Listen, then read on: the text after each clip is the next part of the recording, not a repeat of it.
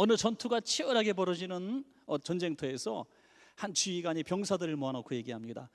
야, 우리도 1000명이고 저쪽도 1000명이니까 걱정할 거 하나도 없어.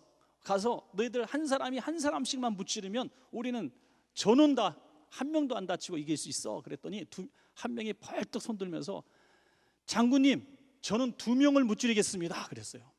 그랬더니 그 옆에 있는 사람이 쿡 찌르면서 그럼 난 집에 갈게 그랬대요. 하여튼 그 2사람 못 찌른다는 사람 때문에 집에 가겠대. 여러분, 그 군인의 본분을 순간적으로 잃어버리고 도망갈 길을 찾는 그 사람, 일찌감치 집에 가는 것이 낫겠죠.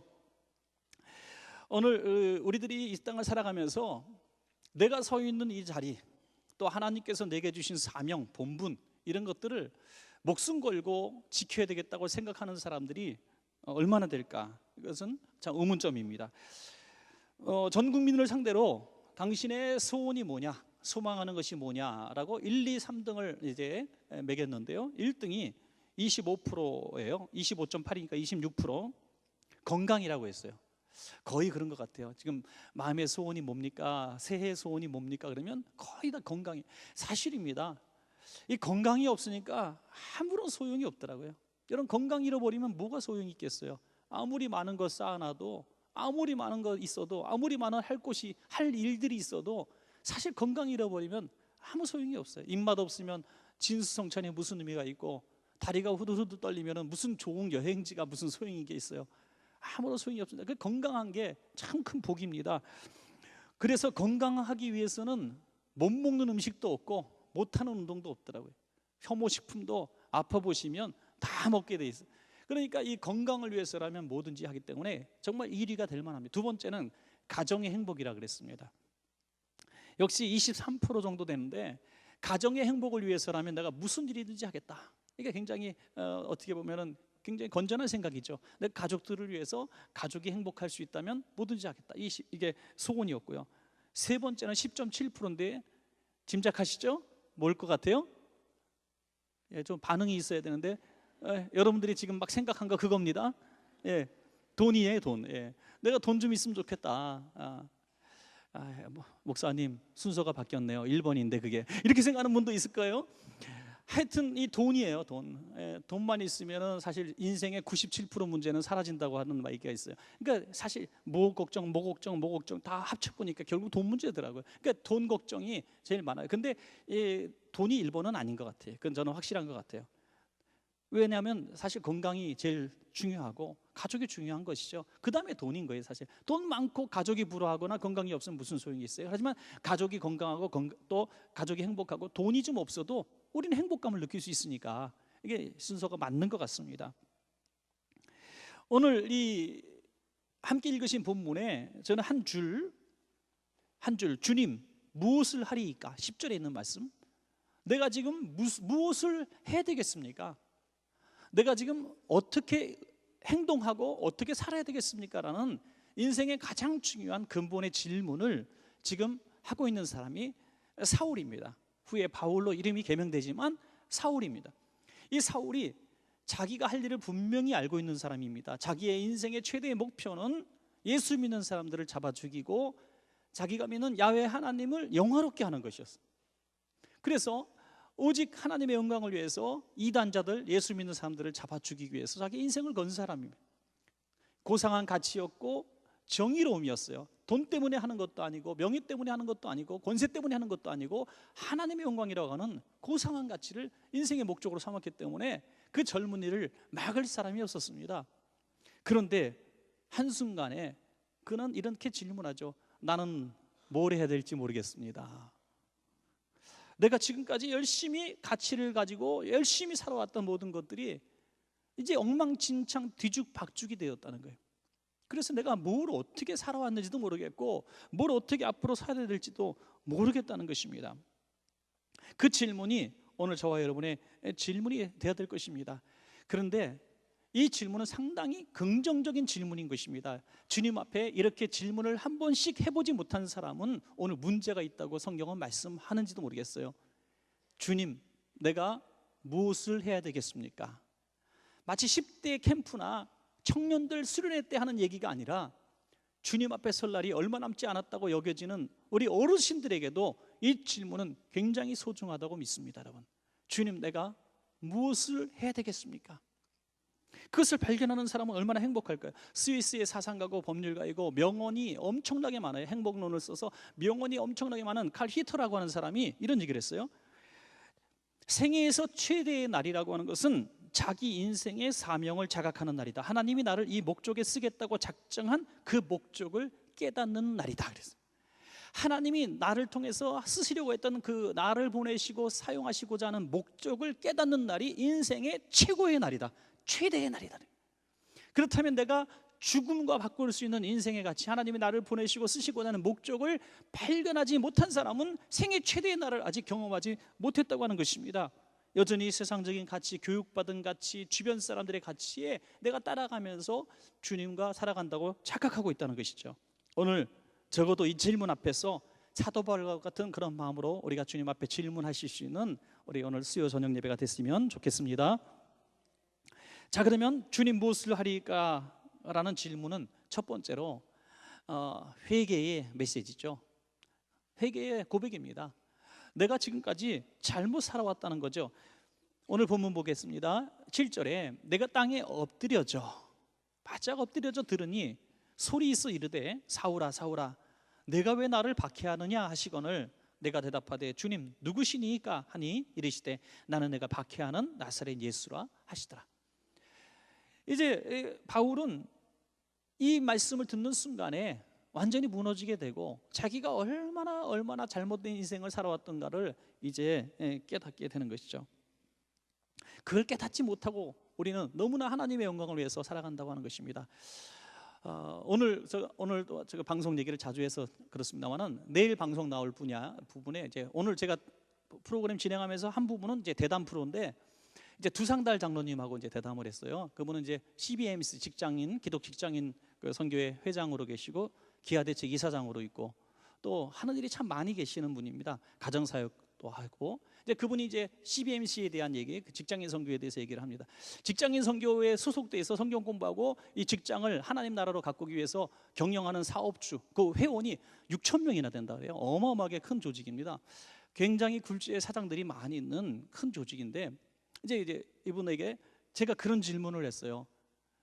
지금 한국 이 사회에 기독교인들이 욕먹는 이유 중에 가장 큰 이유 중에 하나는 교회라고 생각을 하는데 또 다른 면에서 볼 때 교회를 나오지 않는 사람들, 교회를 경험하지 못한 사람들이 욕을 하는 것은 기독교 직장인 실업가들이 아닙니까? 라는 질문이었어요.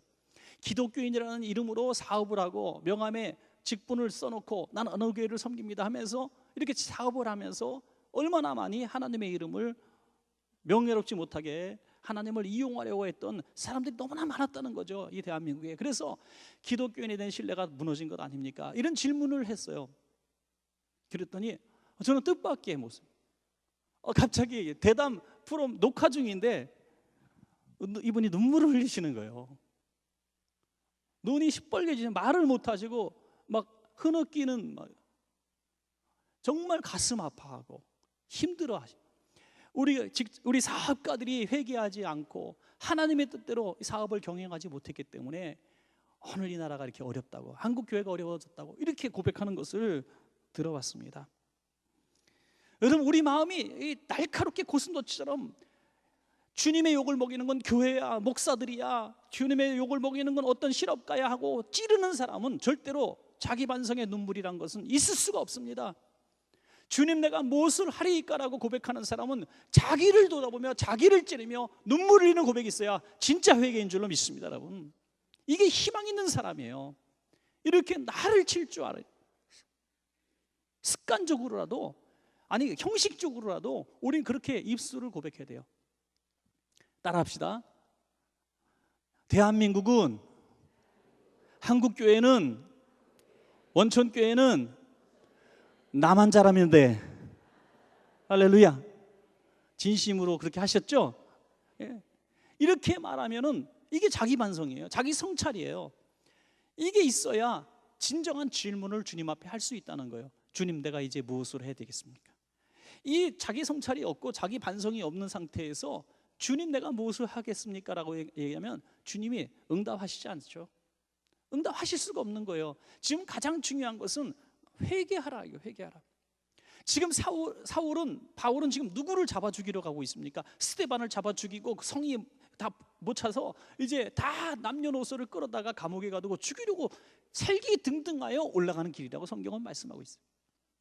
그런 사람에게 도대체 무슨 메시지로 그를 무슨 다음에 행동할 것을 가르쳐 줄 수 있겠습니까? 자기 자신을 치면서 회개하고 가서 성령 충만 베드로가 이제 성령 충만 받고 나서 이제 복음을 증거하니 나사렛 예수가 너희들이 잡아 죽인 그 하나님의 아들이었다고 얘기를 할 때 수많은 사람들이 가슴을 치면서 형제들아 우리가 어찌할꼬. 이게 똑같은 질문 아닙니까? 똑같은 질문이에요. 바울과 같이 이제 내가 무엇을 해야 되겠습니까? 지금까지 내가 해왔던 모든 것, 정의, 또 이게 하나님의 영광이라고 생각했던 모든 고집스러웠던 일들, 이런 모든 것들이 다 지금 이제 말하자면 퍼즐 1000개짜리를 다 맞춰가고 있다가 갑자기 뒤집어 엎어버린 것 같아요. 내 인생이 갑자기 백지가 되는 거예요. 엉망이 되는 거예요. 여러분, 이런 내 인생의 퍼즐 조각이 999개째 갔다가 확 뒤집어 엎어지는 날이 있어야 될 줄로 믿습니다, 여러분. 이게 축복의 날이에요. 왜? 하나님의 생각은 우리 생각과 너무나 다르기 때문입니다. 여러분, 가룟유다하고 베드로하고 그 성품의 차이가 있잖아요. 가룟유다는 회계입니다. 돈을 계산을 잘하는 사람이고 또 거기에 대한 욕심이 많은 사람이에요. 그리고 굉장히 소심하고 내성적인 부분이 있는 사람입니다. 그러니까 죄를 져도 뒤에 음흉하게 짓고 회개를 하지 못하고 부끄러우니까 스스로 목매어서 자살로 인생을 마무리하죠. 그러나 베드로라는 사람은 성격이 무진장 급한 사람이고 감성적인 사람이고 직설적인 사람이에요. 그리고 회개할 줄 아는 사람이었다는 것이죠. 그래서 그는 똑같은 죄의 수준으로 졌지만은 베드로는 다시 쓰임받는 위대한 사도로 다시 거듭날 수 있었고, 가룟유다는 그렇게 자기 인생을 마치고 말았습니다. 우리가 가룟유다나 베드로나 사울이나 저와 여러분과 다를 바가 없는 것을 인정하시기 바랍니다. 그렇다고 한다면 베드로나 사도 바울처럼 우리가 이런 깨닫는 순간에 어떻게 하는 것이 중요한가? 주님, 내가 이제는 어떻게 해야 되겠습니까? 이런 질문을 진지하게 여쭈어서 하나님이 나를 이 땅에 보내시고 나를 원천교회에 보내시고 나를 우리 가족을 만들어 주시고 내가 사업장을 주시고 직장을 주신 하나님이, 또 학교를 가게 하신 하나님이 그 안에서 나를 어떤 방향으로 쓰시기를 원하시는가, 그것들을 민감하게 붙들고 그것을 찾는 것이 훨씬 더 빠른 것입니다. 여러분, 뭐 저는 사업을 모르고 직장 생활도 잘 모릅니다만은 이제 그 사업을 하려고 하시는 분들, 이제 오랜 직장 생활하다가 뭔가 새로운 일을 하려고 하시는 분들에게 뭐 한 가지 정도 조언을 해드리는 부분이 있습니다. 그것은 전혀 새로운 거 안 해본 거 일을 저거 될 것 같다 그래서 하지 않았으면 좋겠다. 지금까지 평생을 하시면서 누구보다 꽤 많이 알고 있는 그것과 관련 있는 일을 하십시오 라고 얘기합니다. 왜냐하면 자기가 지금 20년 30년 동안 해왔던 일은 일단 다른 사람들이 전혀 범접할 수 없는 수준의 상식 이상, 평균 이상의 지식과 지혜가 그에게는 있습니다. 그거 연관돼서 하는 것이 훨씬 더 지혜롭고 승률이 있는 것 아니겠습니까? 그래서 내가 무엇을 하기를 원합니까? 라는 질문도 사실은 하나님이 나를 지금까지 쓰셨던, 지금까지 내 인생을 40년, 50년, 60년 동안 쓰셨던 그 방향이 하나님이 나를 원하시는 방향과 무관하지 않는 부분들이 상당히 많이 있다는 것입니다. 전혀 새로운 것을 도전해서 저런 내 인생이 180도 바뀌어가지고 막 내가 신학교 가야 되나 보다 뭐 이렇게 하라는 거 아니라는 겁니다. 하나님은 지금 여러분들이 살아오실 때 수없이 말씀하셨습니다. 너는 내가 이런 일을 위해서 창조하셨어.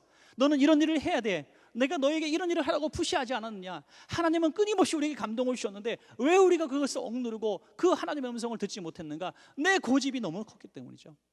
사도 바울처럼, 사울처럼 이렇게 하나님 영광 돌리면 되잖아요. 하나님 꼭 그것만 하나님께 영광 돌리는 겁니까? 난 이 방향에 영광을 돌리고 싶거든요 하면서 내가 그 방향을 계속 고집해온 거예요. 그런데 하나님께서 주시는 방법이 뭐냐? 땅에 꼬꾸러져 엎드러질 수밖에 없도록 하신다는 거죠. 강력한 빛을 보여주셔서 그것들을 다 내 손에서 떠나게 하시고 망하게 하시고 부끄럽게 하시고 아주 내가 할 수 있는 것이 아무것도 없도록 만들어 주시는 것입니다. 그러니 내 인생에 백지에서 다시 시작해야 되고 맨바닥에 시작해야 되니 얼마나 고통스럽습니까, 여러분? 여러분, 그것이 사도 바울 이 상황이 꼭 100점짜리가 아니라는 거예요. 다메섹으로 가기 전에 그가 하나님의 음성을 듣고 묵상하는 중에 하나님의 성령의 감동에 의해서 그가 돌이키고 회개했으면 그가 가진 많은 그런 배경과 그 경험과 그 모든 실력들을 가지고 어찌 보면 훨씬 더 지혜롭게 하나님 일을 했을 거예요. 모세도 마찬가지고 뭐 누구도 마찬가지라고 저는 생각합니다. 여러분, 그래서 내가 아직도 가진 것이 있고 내가 아직 할 수 있는 것들이 많이 있고 나를 찾는 사람들이 많고 내가 지금 이렇게 옳은 방향으로 생각했던 모든 것들이 있을 때 한번 다 내려놓으시고 내가 바닥에 깨져 엎드렸다고 생각하고 주님, 내가 무엇을 하면 좋겠습니까?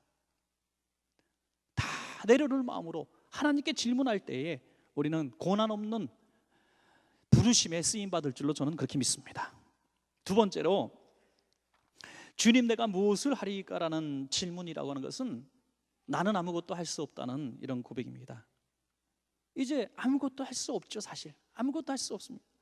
여러분들 레미제라블이라는 영화를 또 극장에서 최근에도 했던 여러 레미제라블 영화가 있습니다만 최근 것도 보신 분들이 많이 있을 거예요. 거기 보면은 장발장보다 오히려 어떻게 보면 더 매력적인 배역이 자베르 경감이잖아요. 자베르 경감은 아주 매력적인 어떤 주연급 배우인 것 같아요. 이제 이 두 사람의 숙명적인 관계죠. 장발장은 도망자고 자베르 경감은 이 사람을 잡아서 가두는 게 인생의 최고의 목적이고 정의 실현이에요. 지나칠 정도로 집착을 하죠. 그런데 어느 날 장발장이 그를 오히려 목숨을 구해주잖아요. 구해줘서 그 이후에 장발장이 또 죽을 수 있는 발각되는 상황에 자베르 경감이 눈을 한 번 또 감아줘요. 그리고 장발장은 고맙다고 하고 자기 살 길을 찾아가는데 자베르 경감은 자살을 합니다. 갑자기 인생의 의미를 잃어버린 거예요. 자기 인생의 의미는 도둑놈 잡는 거예요. 장발장 잡는 거예요. 그게 정의였어요. 그런데 장발장을 놓아주는 순간에 자기네 인생에 허탈해진 거예요. 나는 뭘 보고 살았는가? 이제 살아야 될 의미를 잃어버린 거예요. 여러분, 세상에 수많은 사람들이 자베르 경감같이 산다는 거예요. 물질이 내 인생의 정의고 목적이에요. 성공, 명예, 권세, 어떤 사람은 국회의원, 가게 점포 100개 갖는 거, 빌딩을 세우는 거, 인류대학을 들어가는 거, 이런 것들이 인생의 목적으로 가득 차 있다는 거죠. 그걸 이루든 못 이루든 똑같은 결과를 맞이하게 되는데 인생의 무상함을 경험하게 된다는 거죠. 사도 바울은 내가 할 수 있는 것이 아무것도 없습니다 라고 이제 자기의 무능력을 고백하면서 허탈한 마음으로 주님 앞에 엎드립니다. 여러분, 그때 주님의 음성을 들을 줄로 저는 믿습니다. 여러분, 나는 아무것도 할 수 없습니다. 여러분, 가게가 잘 되고 있을 때 이렇게 기도하는 사람은 복이 있습니다. 몸이 건강할 때 이렇게 기도할 수 있는 사람은 복이 있습니다. 집안에 평안하고 아무 문제가 없을 때 이렇게 기도할 수 있는 사람은 최고의 복을 누릴 줄로 믿습니다. 여러분, 우리 자랑이 아니라 계속해서 하나님 앞에 여쭙는 거예요. 하나님, 내가 무엇을 하리이까? 내가 무엇을 하리이까? 요한복음 6장에 보면 이런 말씀이 있어요. 저희가 묻되 우리가 어떻게 하여야 하나님의 일을 하오리이까? 우리 하나님의 일을 하고 싶어요. 그런데 어떻게 하는 것이 하나님의 일입니까? 예수님께 물어요. 그러니까 예수님께서 이렇게 말씀하십니다. 하나님의 보내신 자를 믿는 것이 하나님의 일이니라. 하나님의 일 중에 최고의 일은 하나님을 믿는 것이라. 너무 쉬운 거 아닙니까? 너무 어려운 거 아니에요? 여러분, 예수 잘 믿는 거 아주 유명한 일화죠. 목사님들이 많이 모인 자리에서 어르신 목사님이 조언을 한마디 해주라고 해서 딱 강단에 서서 그 노년의 목사님이 딱 한마디 하고 내려갔대요. 목사님들, 예수 잘 믿으세요 하고 내려갔대요. 예. 예수 잘 믿으세요, 목사님들. 예. 믿음의 수준이 다르다는 거죠. 그 믿음의 색깔이 다르다는 거예요. 진짜 예수 잘 믿는 것이 무엇인가 눈에 보여지고 느껴지고 그런 게 아니라 주님이 바라보실 때 주님이 아실 겁니다. 예수님을 잘 믿는 사람이 어떤 사람인가. 그러니까 우리는 입장 받고 한번 생각해 보십시오. 주님의 나를 보실 때 내가 주님을 잘 믿고 있는가? 내 기준에서 내가 주님을 잘 믿고 있는가? 내가 이 정도면 교회 생활 괜찮게 하고, 내가 이만큼은 내가 주의 출석도 괜찮고, 내가 이만한 봉사도, 내가 이만하면 하나님 앞에 드리는 물질의 수준도 평균 이상이고, 이렇게 생각하지 말고 하나님의 관점에서 나를 바라보면서 내가 하나님의 기대치로 바라볼 때 어느 정도 내가 하나님을 믿고 있는가, 하나님의 눈으로 바라보는 거죠. 자식들이 심부름을 10번 시키면 한 번 하고 나서 그거 한 번 한 것 때문에 용돈을 달라 그러잖아요. 그죠? 9번 안 맞은 거를 고맙게 생각해야 되는데 한 번 심부름 갔다 오고 그거를 일주일 동안 얘기해요. 누나는 한 번도 안 갔는데 나는 두부를 가서 사왔다 이거예요. 예? 그렇게 얘기하는 거예요. 계속. 하나님의 관점에서, 다시 말해서 부모의 관점에서 보면 얘는 맞아야 되는데 봐준 거예요. 맞아야 되는데 우리가 조그만 거 하나님 앞에 한 번 했다고 말이죠. 하나님 나 이만하면 괜찮은 거죠? 라고 오히려 그거를 내세우면서, 자기 의를 내세우면서, 내가 이만하면 기도 생활 괜찮게 하는 사람이죠. 내가 이만하면 교회에서 상대적으로 봉사 많이 하는 사람이죠. 우리 교회에 나만큼 일하는 사람 10%도 안 될 겁니다 라고 얘기하는데, 하나님의 관점에서 보면 매맞아야 될 사람이라는 거예요. 우리 모두가. 믿습니까? 모두가 매맞아야 될 사람인 거예요. 하나님의 관점에서 보면, 부모의 관점에서 보면 우리는 지극히 무능하고 한 것이 아무것도 없는 거예요. 부모는 죽도록 고생해서 학교 보내고 옷 입히고 빨래 채워, 그 어머니의 아버지의 수고에 비하면 아무것도 한 게 없는 거예요. 주님의 관점에서 우리를 바라보면 우리는 거저 먹고 있는 거예요. 그런데 힘들다고 지치다고 피곤하다고 얘기하는 것이 얼마나 정말 하나님의 편에서 볼 때 가당치 않은지 알 수가 없는 것입니다. 그러므로 주님 내가 무엇을 하리까? 라는 것은 내가 할 수 있는 것이 아무것도 없습니다. 나는 아무것도 할 수 없습니다. 주님이 저와 함께 일해 주십시오라는 부탁이 되어야 될 줄로 믿습니다. 이렇게 하면은 하나님은 반드시 응답해 주십니다. 우리가 오랜 시간 기도해도 응답이 없는 분들이 있습니까? 혹시? 내가 어떤 문제를 가지고, 어떤 상황을 가지고 이걸 해야 됩니까? 말아야 됩니까? 내가 정말 어떤 소원을 가지고 간절하게 지금 1년째 기도하는데 응답이 없는 분들이 있습니까? 그러면 오늘 굉장히 중요한 하나의 어떤 성경적인 어떤 제안을 드리겠습니다. 그것은 뭐냐면, 주님 내가 이 문제를 어떻게 해야 되겠습니까? 라고 질문해 보라는 거죠. 하려고 하고 딱 붙들어 놓고 도와달라면 안 된다는 거죠. 이 손을 놔야지 주님이 잡아주시는데 이걸 놓지 않는 거예요. 언젠가 동영상을 하나 봤는데 재밌는 걸 봤어요. 우리가 원숭이 잡는 방법 많이 배우는데요, 또 다른 방법이더라고요. 이게 아프리카 가면요 개미집이 이렇게 많아요. 저도 아프리카 갔을 때 사진도 몇 장 너무 신기해서 찍어왔는데, 이건 바닥부터 이 강레스 높이까지 흙으로 쌓여있는 게 개미집이에요. 어마어마하게요. 어떤 건 6m짜리 개미집도 있다 그래요. 6m짜리. 그러니까 평균적으로 보면 한 3m 정도 되는 것 같아요. 그게 도로로 가다 보면 계속 있어요. 근데 개미집이 그렇게 막 3개 4개인데 그 가운데 집도 짓고 살더라고요. 어떻게 무서워서 사는지 모르겠어요. 그게 개미집이에요. 그런데 개미집 안에 구멍을 이렇게 탁 뚫어요. 뚫어가지고 손만 간신히 들어가게 해서 그 안에다가 먹는 것을, 저기 원숭이가 보고 있어요. 지금 이 사람을 원숭이가 보고 있는데서 그 원숭이가 좋아하는 거를 이렇게 보여줘요. 이렇게 요거 있다 하면서 거기다가 썰렁당 집어넣어요.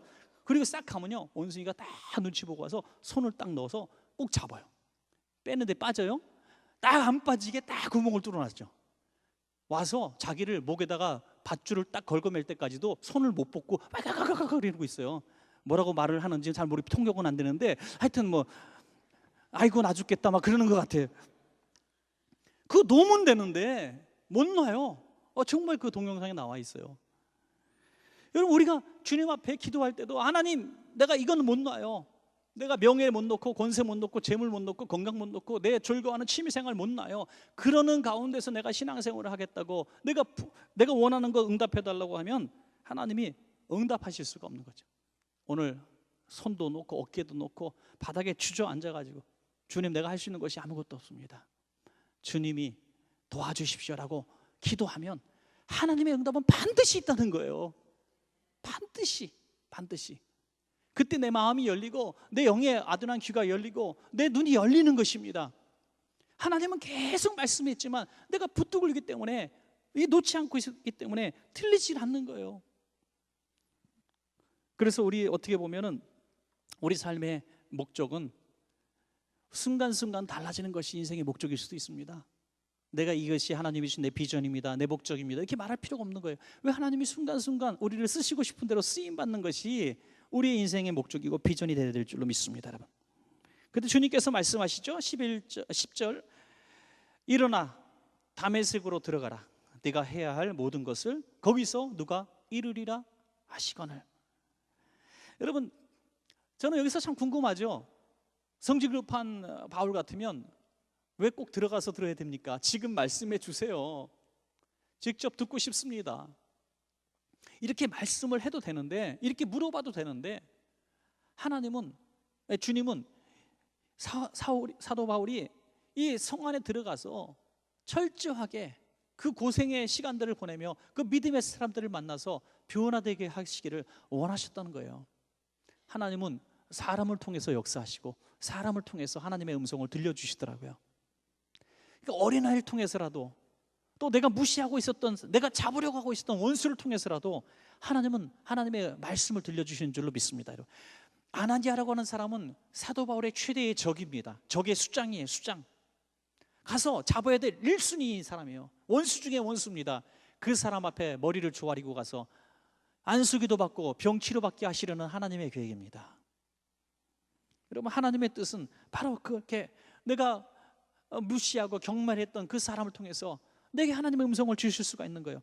여러분, 구역장님이나 기관장님이나 우리 주변에 어떤 성도님이 나보다 학식이 낮고 나보다 어떤 면에서도 나은 것이 하나 또 할지라도 기독교적인 관점에서 볼 때 그를 무시하지 마시기 바랍니다.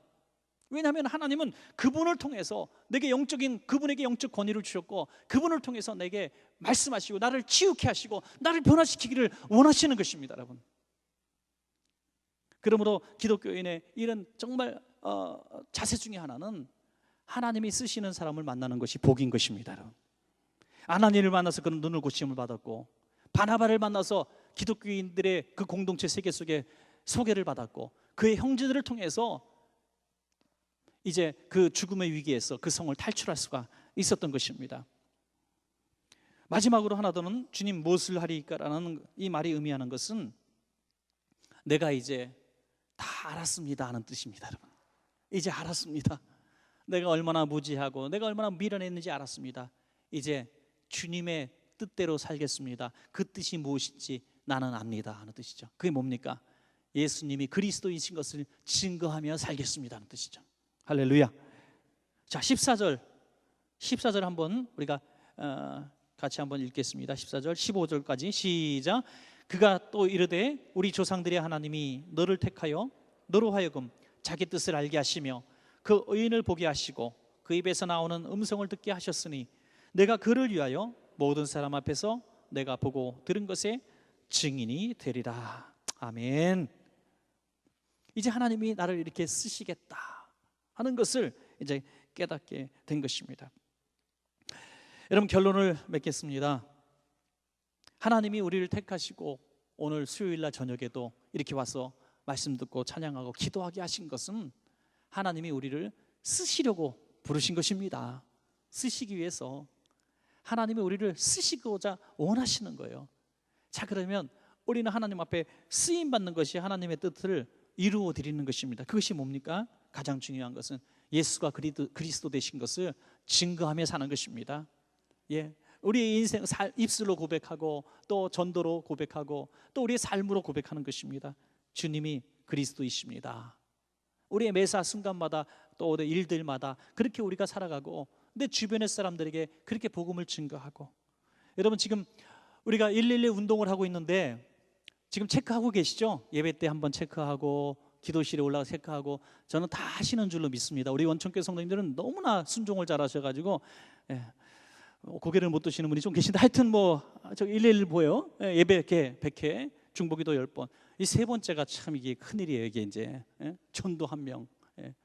이제 막 줘야 돼요. 이제 저녁 이제 후반기 들어서서 반드시 해야 되는 거예요. 아예 교회로 옮기시던지 안 하려면 하겠나. 후반기, 여러분, 가을 이 겨울 오기 전에 반드시 전도할 사람만 하면. 조금 걱정스럽긴 하네. 이거 하여튼 속으로 아멘 하는데 우리 교회 성도님들 집에 가서 아멘 하는 게 일상하니까 하여튼 그렇게 믿습니다. 이거 결정적으로 해야만 하는 거예요. 이거 억지로 해도 해야 하는 거예요. 억지로 진 십자가, 억지로 진 십자가도 복입니다, 여러분. 그냥 여러분들 편안하게 신앙생활하게 하고 제가 정말 그냥 여러분들 편안하게 기쁘고 아무런 짐도 지지 않는 정말 날카로운 메시지 하나도 없는 그런 예배를 드리고 그렇게 안 나와도 뭐라 안 그러고 그런 교회 다니고 싶으신 분은 그냥 다니셔도 돼요. 그러나 그 인생이 얼마나 하나님 앞에 정말 실패한 인생이 될지, 피폐한 인생이 될지, 상급받지 못한 인생이 될지 여러분 알잖아요. 최소한 제가 주일날 이 메시지는 못해도 수요일은 할 수 있어요. 여러분들은 기본 이상으로 하나님 앞에 열심히 있는 성도라고 저는 믿습니다.